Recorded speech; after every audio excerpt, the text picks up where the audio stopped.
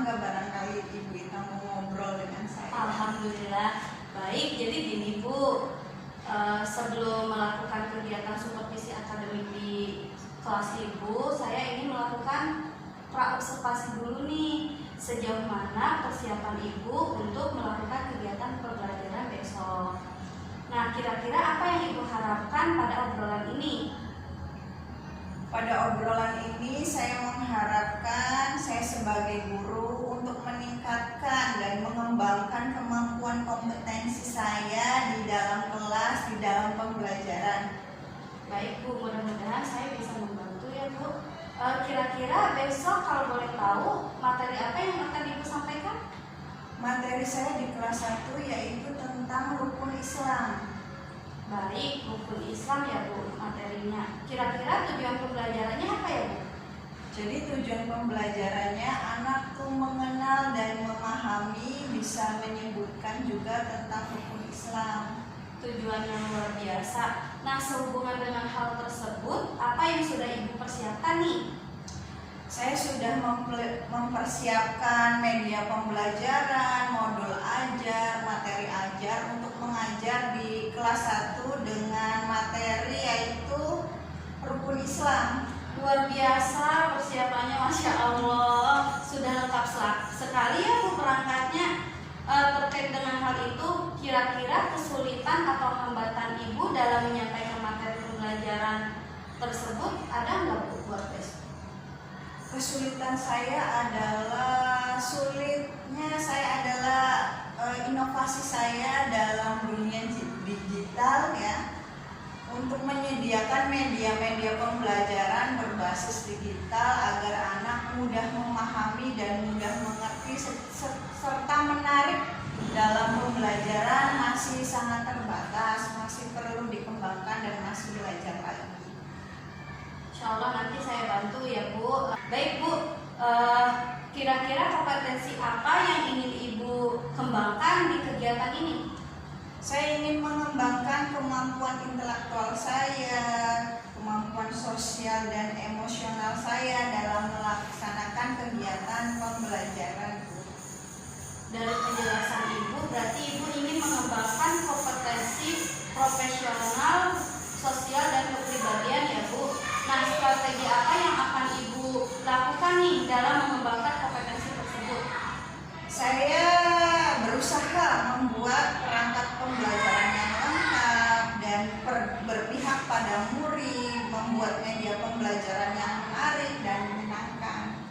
Bagus sekali Bu. Insya Allah apa yang Ibu persiapkan, yang Ibu rencanakan bisa berjalan dengan lancar, sehingga pembelajaran besok di kelas 1 semakin lebih aktif, lebih kondusif. Terima kasih sekali lagi Bu. Terima kasih juga untuk Ibu Ita. Amin ya rabbal alamin. Mudah-mudahan besok berjalan lancar di kelas 1 tentang materi rukun Islam. Amin. Baik Ibu, sekali lagi terima kasih. Nanti mohon waktunya setelah observasi nih, kita ngobrol lagi ya Bu. Ya, mangga bisa.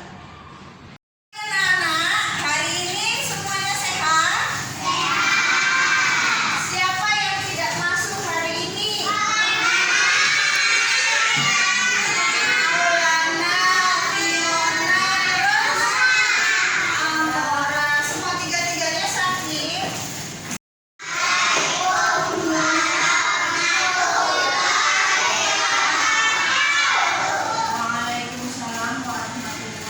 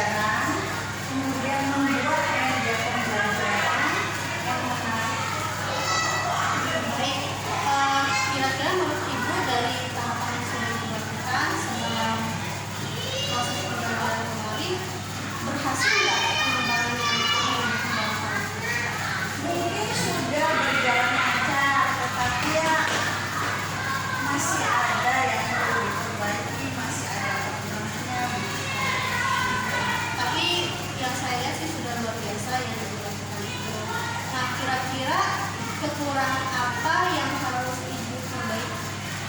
Nah, di dalam proses pembelajaran kita tidak semua peserta didik itu ya, tidak semua peserta didik itu fokus dalam pembelajaran. Mungkin hal itu yang perlu diperhatikan. Apa yang akan Ibu tingkatkan untuk memperbaiki kekurangan tersebut? Mungkin saya akan membagi kelompok pada peserta didik itu sesuai dengan minat dan bakat mereka. Kemudian mungkin membuat materi yang mudah dipahami, membuat pertanyaan-pertanyaan kepada peserta didik yang mudah dipahami mereka, sehingga mereka menjadi semuanya aktif, semua memahami dan semua berperan dalam proses pembelajaran. Baik, berarti nanti untuk kedepannya Ibu akan mencoba menjadi kelompok ya Ibu, sesuai dengan pembelajarannya ya. Dan mudah-mudahan apa yang akan Ibu rencanakan untuk kegiatan selanjutnya bisa berjalan lebih baik lagi ya Bu. Amin ya robbal alamin. Baik, terima kasih Bu Dewi atas jawaban-jawabannya, sangat luar biasa. Saya lihat sih kemarin anak-anak cukup antusias, apalagi ketika melihat video pembelajaran tentang hukum Islam itu udah ya cukup lah menurut saya. Tapi mudah-mudahan dengan rencana yang Ibu sampaikan tadi bisa lebih baik lagi dan lebih maksimal. Terima kasih Bu Dewi. Sama-sama. Bu, setelah pertanyaan dari saya, mari kita dengarkan refleksi dari pengajar partisipatif saya. Mohon di ini ya Bu. Mangga Pak. Baik, terima kasih kita. Selamat pagi Bu Dewi. Nama saya Roy Amber, saya pengajar kami di Digital Lihat CDK Angkatan 11 dari Institut 3 gitu. Di sini saya membantu di kita untuk menyelesaikan tugasnya di online atau di LMS. Karena kalau PP itu nyatanya di sekolah, itu kalau untuk guru ini antara ada praktik, kalau yang online-nya bukannya pasif.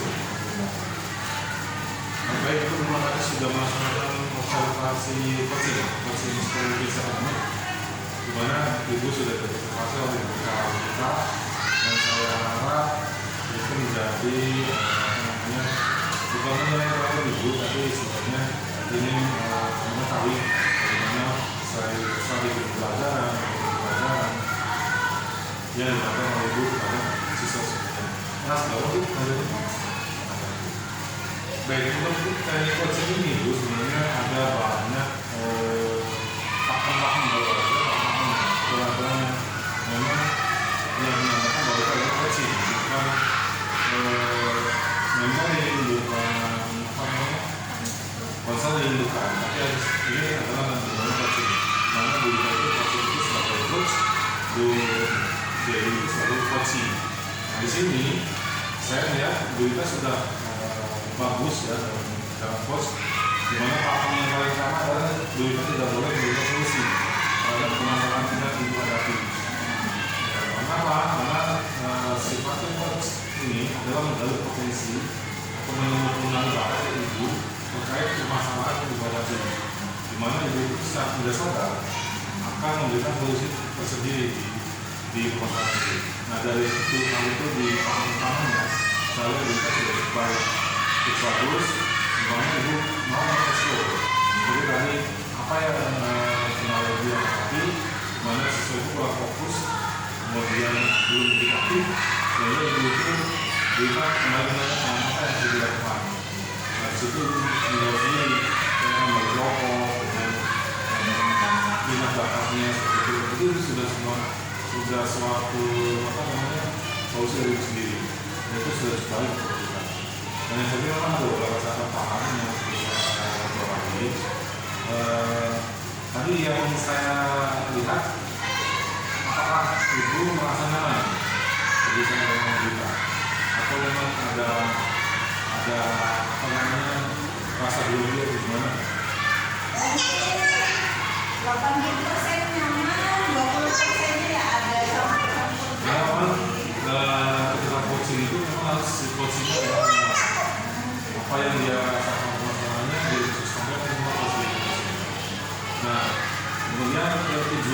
tujuan dari tindakan coaching itu sebenarnya apa? Kita tadi belum mengatakan. Soalnya tujuannya kan tadi adalah hasil observasi ya, hasil observasi itu disampaikan. Terus tindak lanjutnya, jadi mereka tuh Bu Dewi tadi sudah mengatakan saya akan melakukan pembagian kelompok. Wah kayaknya sih ini kalau saya mau tahu nih, saya mau tahu dari dulu kira-kira apa kita mulai. Ada bahasa seperti itu. Yang memang itu akan terus mengevaluasi masalah itu yang harus dihadapi dan akan menyelesaikan. Tapi dari segi bahasa, dari segi keamanan, dari bahasa Jawa ya, jadi ketika coaching itu memang seperti itu. Jadi saya lihat sudah cukup baik kita mengolah katanya, kemudian membuat coachingnya itu secara biasa sadar menyampaikan apa yang tidak ingin diselesaikan. Itu tujuan dari coaching. Saya ucapkan terima kasih banyak, Ibu sudah membantu kita. Mudah-mudahan doakan kita semoga lulus, semoga bisa jadi berkah. Dan ini sebenarnya bukan hanya label dulu orangnya, ya. Mungkin Ibu jawab sekedar tahu bahwa belum itu sebenarnya bukan label. Bagaimana kita ini dihidup sebagai guru yang ingin merubah paradigma pembelajaran, bagaimana cara mengajar, bagaimana sekarang yang harus berusaha pada dulu itu seperti itu. Jadi karena kami sebagai guru gerak tidak ada bedanya sebenarnya, tidak ada bedanya dengan ibu, tidak ada bedanya dengan yang lain. Hanya saja kami ini dikenali istilah baru. Kalau itu mungkin begini, berpusat dari boleh sebenarnya itu sudah dari dulu begitu, cuman hanya istilahnya belum. Nah kami sebagai guru gerak itu sebenarnya dikenali itu sebagai pertama segi institusi. Ya, itu sebenarnya kita sudah sering begitu, kayak konseling anak kita mengenal begitu. Tapi itu sebenarnya jadi sebenarnya guru penggerak dengan ibu bukan guru penggerak itu sebenarnya sama. Jadi nggak ada bedanya.